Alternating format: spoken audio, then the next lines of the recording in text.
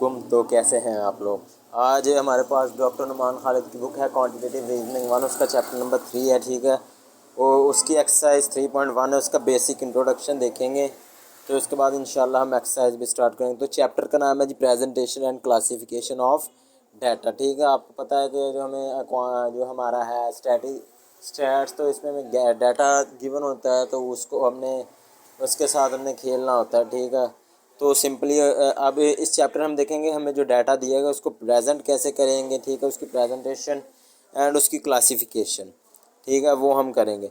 तो सबसे पहले जी वो ये हम करते क्यों हैं। ठीक है, प्रेजेंट क्लासिफिकेशन की ज़रूरत क्या पड़ती है, ये उनका क्या उनका मकसद क्या होता है। तो वो किस काम के लिए होता है जी, ऑर्गेनाइज करने के लिए, classify and present data into clear and understandable form. ये हम किस लिए करते हैं, ताकि हमें जो गिवन डाटा है वो उसको हम अंडरस्टैंड कर सकें।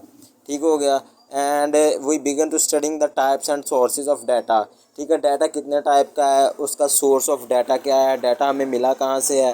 ठीक है, वो कलेक्ट कहाँ से किया गया है, उसकी मेजरमेंट कैसे करनी है, उसके मेजरमेंट स्केल्स क्या हैं। ठीक हो गया, उसका फ्रेमवर्क ऑफ क्लासीफाइंग, कैसे क्लासीफाई करेंगे। ठीक है, ये सब कुछ हम करेंगे ना मीनिंगफुल कैटेगरी। ठीक है, तो इसके 4 स्केल हैं। ठीक है, nominal, ordinal, interval and ratio. ठीक हो गया, ये जो 4 स्केल्स हैं। तो हमारे पास क्या है जी, स्केल ऑफ मेजरमेंट। ठीक है, स्टैटिस्टिकल डाटा के 4 हैं, nominal, ordinal, interval and ratio. घबराना नहीं आपने, इंशाल्लाह अभी इनके नाम याद कर लें। आपको जो इनकी डिटेल है nominal, ordinal, interval and ratio की 3.2 के जो बेसिक इंट्रोडक्शन है उनमें इंशाल्लाह आपको समझाऊंगा। और उसके बाद हमारे पास आ जाइए टैबुलर एंड ग्राफिकल रिप्रेजेंटेशन। ठीक है, ग्राफिकल टैबुलर में हम टेबल्स बनाएंगे। ठीक है, और ग्राफिकल रिप्रेजेंट हम ग्राफ्स, पाई ग्राफ या बार ग्राफ जो है ना, हम वो ड्रॉ करेंगे। ठीक है, तो फिर मैं आपको रिमाइंड करवाता चलूँ, इस चैप्टर में हम देखेंगे कैसे करते हैं। ठीक है, उसको ऑर्गेनाइज, क्लासीफाई एंड प्रेजेंटेड। ठीक है, किसके काम के लिए करते हैं कि वो हमें क्लियर एंड मीनिंगफुल लगे। उसके बाद हमने देखा, इसमें पढ़ेंगे कि टाइप्स ऑफ डाटा क्या है, सोर्स ऑफ डाटा क्या है, कहाँ से आया है, टाइप्स ऑफ डाटा की कौन सी टाइप है ये। ठीक है, और हमारे पास जो स्केल ऑफ मेजरमेंट्स हैं वो 4 हैं, nominal, ordinal, interval and ratio. उसके बाद हमारे टैबुलर एंड ग्राफिकल प्रेजेंटेशन आ जाती है। ठीक है, जिसमें हम ग्राफ्स, जो टैबुलर है उसमें हम टेबल्स बनाएंगे और ग्राफिकल में ग्राफ बनाएंगे। हमारे पास सम बेसिक टर्म्स आ जाती हैं, जिसमें डाटा सेट एंड ऑब्जर्वेशन आ जाता है। डाटा सेट जो हमें जो गिवन डाटा दिया होगा उसको हम एक सेट में कन्वर्ट कर लेंगे। ठीक है, तो हमारा डाटा सेट बन जाएगा। और डाटा सेट में जो हमारा एलिमेंट होगा, ठीक हो गया, क्योंकि एलिमेंट्स मिलेंगे तो वो सेट बनेगा ना। तो जो एलिमेंट्स का सेट होगा वो डाटा सेट होगा।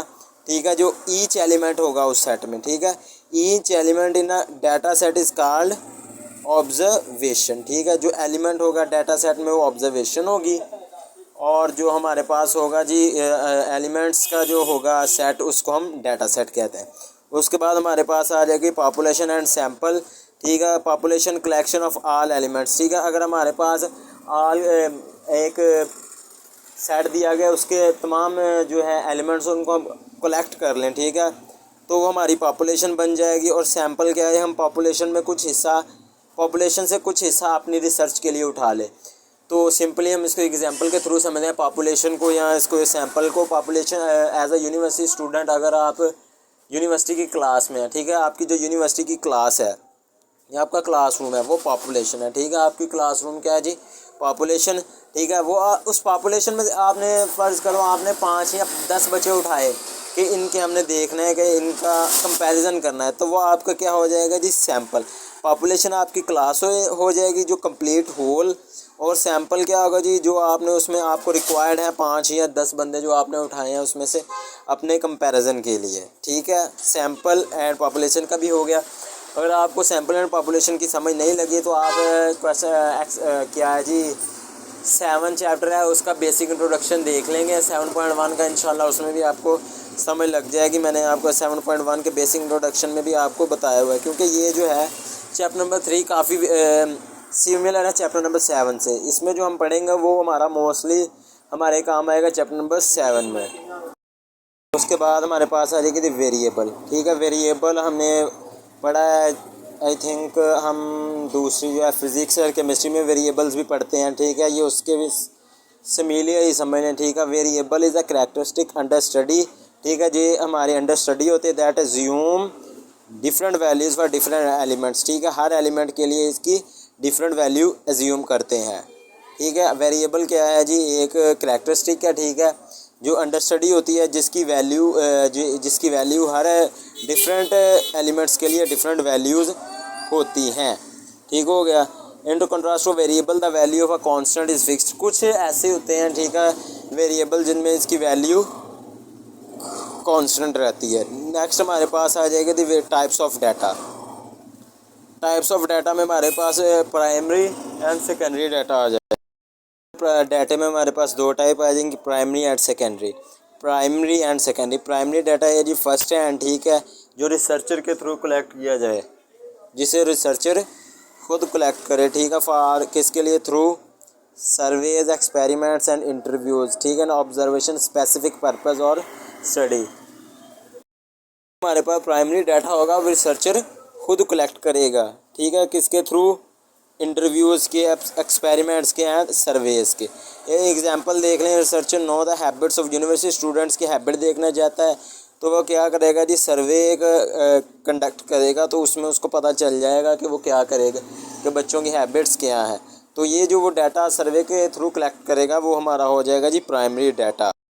जो हमारा सेकेंडरी डाटा होगा, ठीक है, प्राइमरी हमारा जो था वो रिसर्चर खुद कलेक्ट करेगा, बट जो हमारा सेकेंडरी होगा वो ऑलरेडी कलेक्टेड होगा एंड रिकॉर्डेड होगा बाय अदर्स, ठीक है।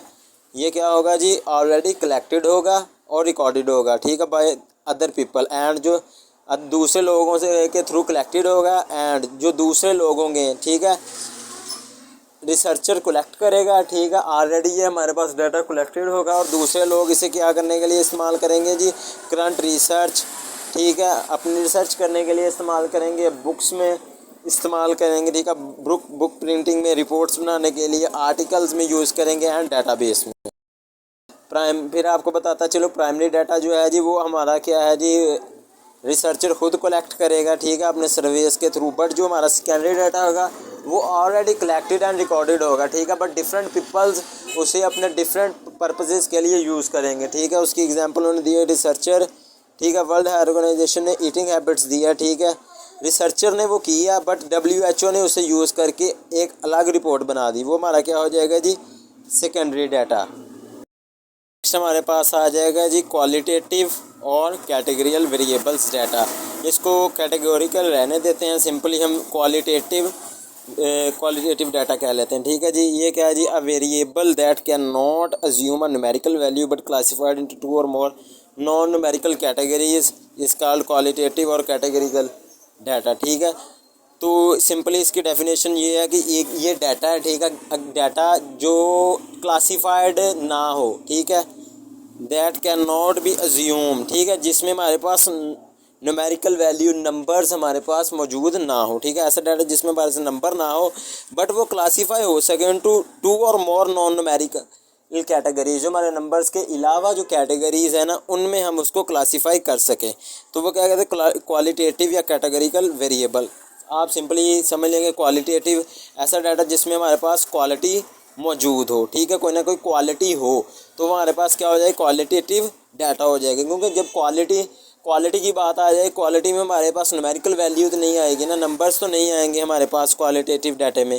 क्वालिटेटिव डाटा में हमारे पास अब्स्ट्रैक्ट क्वालिटीज़ आ जाएंगी उसकी, ठीक है, नॉन न्यूमेरिक वैल्यूज़ आ जाएंगे बट न्यूमेरिकल वैल्यूज़ नहीं आएगी। सिंपली हम एक पॉपुलेशन लेते हैं, उसमें से हम उसको हम क्लासीफाई कर देंगे, ठीक है, मेल एंड फीमेल्स में, ठीक है, ये हमारी क्या जी हो जाएगी जी मेल एंड फीमेल क्वालिटी, क्योंकि ये क्वालिटी है, ठीक है, या ये हमारी हो जाएगी जी क्या, क्वालिटी, ठीक हो गया। एक पॉपुलेशन है, उसमें हमने पता करना है कि मेल कितने फीमेल कितने, हम उनको 2 में डिवाइड कर दें मेल एंड फीमेल में, तो ये हमारी क्वालिटी हो जाएगी। मेल एंड फीमेल हमने एक क्वालिटी का स्केल सेट कर दिया, ठीक हो गया। हमारे पास उसमें एट्रीब्यूट्स होंगे, तो इसमें हमारे पास क्वालिटेटिव में आगे 2 आ जाएंगे, सिंपल एंड मैनीफोल्ड वेरिएबल्स, ठीक है। सिंपल में हमारे पास इसमें सिर्फ 2 में डिवाइड हो जाएगा, ठीक है, मेल एंड फीमेल में, ठीक है, ये हमारे पास सिंपल है। बट अगर मेल एंड फीमेल में भी आगे जाके डिवाइड हो जाएंगी, कौन गोरा है कौन काला है, या ऐसे कर लें कि मेल्स में एम्प्लॉयड कितने हैं, अनएम्प्लॉयड कितने हैं, फीमेल में एम्प्लॉयड कितने हैं और अनएम्प्लॉयड कितने, ये हमारे पास आ जाएगा जी मैनीफोल्ड। तो ठीक है, क्वालिटेटिव मैंने आपको बताया कि किसी डाटा में हमारे पास जो होगा नॉन न्यूमेरिकल होगा, ठीक है, जिसमें हमारे पास वैल्यूज़ नहीं होंगी, ठीक है, नॉन न्यूमेरिकल होगा, ठीक है, हमारे पास वैल्यूज़ नहीं होंगी उसमें, ठीक हो गया। उसमें हमारे पास क्वालिटीज़ होंगी, ठीक है। क्वालिटीज़ को अगर हम आगे इसमें क्वालिटेटिव की हमारे पास दो आ जाती हैं, simple and manifold classification. Simple में सिर्फ दो में डिवाइड होगा और जो मैनीफोल्ड है वो उसमें दो से आगे भी जाके डिवाइड होगा। जैसे हम कर लें एक क्लास कर लेते हैं, ठीक है, यूनिवर्सिटी की क्लासरूम कर लें, उसमें मेल एंड फीमेल, ठीक है, ये हमारी सिंपल क्लासिफिकेशन हो जाएगी। अगर हम मेल एंड फीमेल में से आगे देख लें कि कितने एम्प्लॉयड हैं, कितने अनएम्प्लॉयड हैं, कितने पढ़ने वाले हैं, कितने पढ़ने वाले नहीं हैं, ठीक है, ये हमारी हो जाएगी मैनीफोल्ड क्लासिफिकेशन। नेक्स्ट हमारे पास है जी क्वांटिटेटिव वेरिएबल या क्वांटिटेटिव डाटा।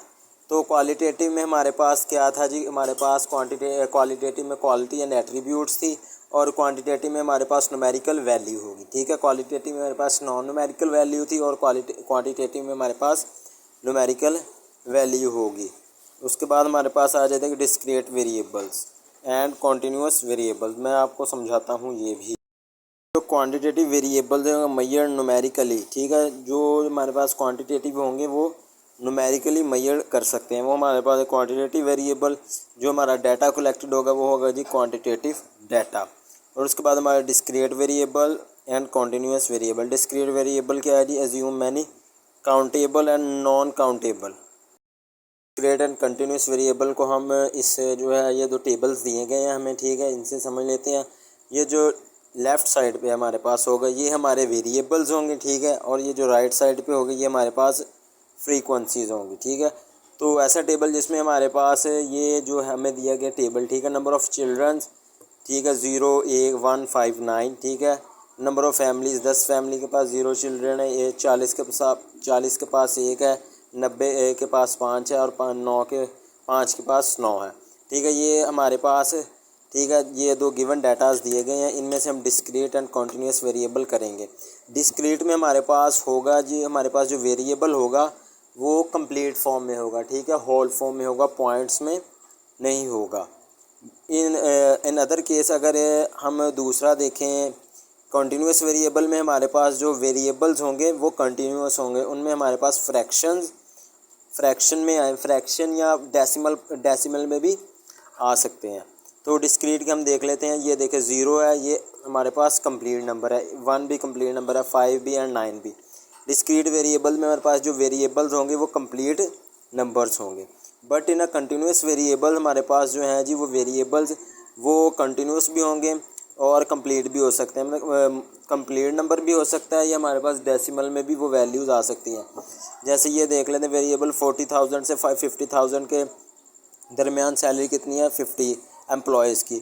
तो इसमें जो 40,000 से 50,000, ठीक है, इनमें देख 40 से 50,000, किसी की 45,000 होगी, किसी की 46 होगी, किसी की 47,000 होगी, ठीक है, किसी की 47,500 होगी। ये हमारी किस में आ जाएगी जी, फ्रैक्शंस में, ठीक है, डेसिमल पॉइंट्स में आ जाएगी। कंटिन्यूस वेरिएबल में हमारे पास जो वेरिएबल्स हैं वो हमारे पास होंगे जी डेसिमल्स में, कंटिन्यूस में होंगे, एक एग्जैक्ट वैल्यू हमारे पास नहीं होगी।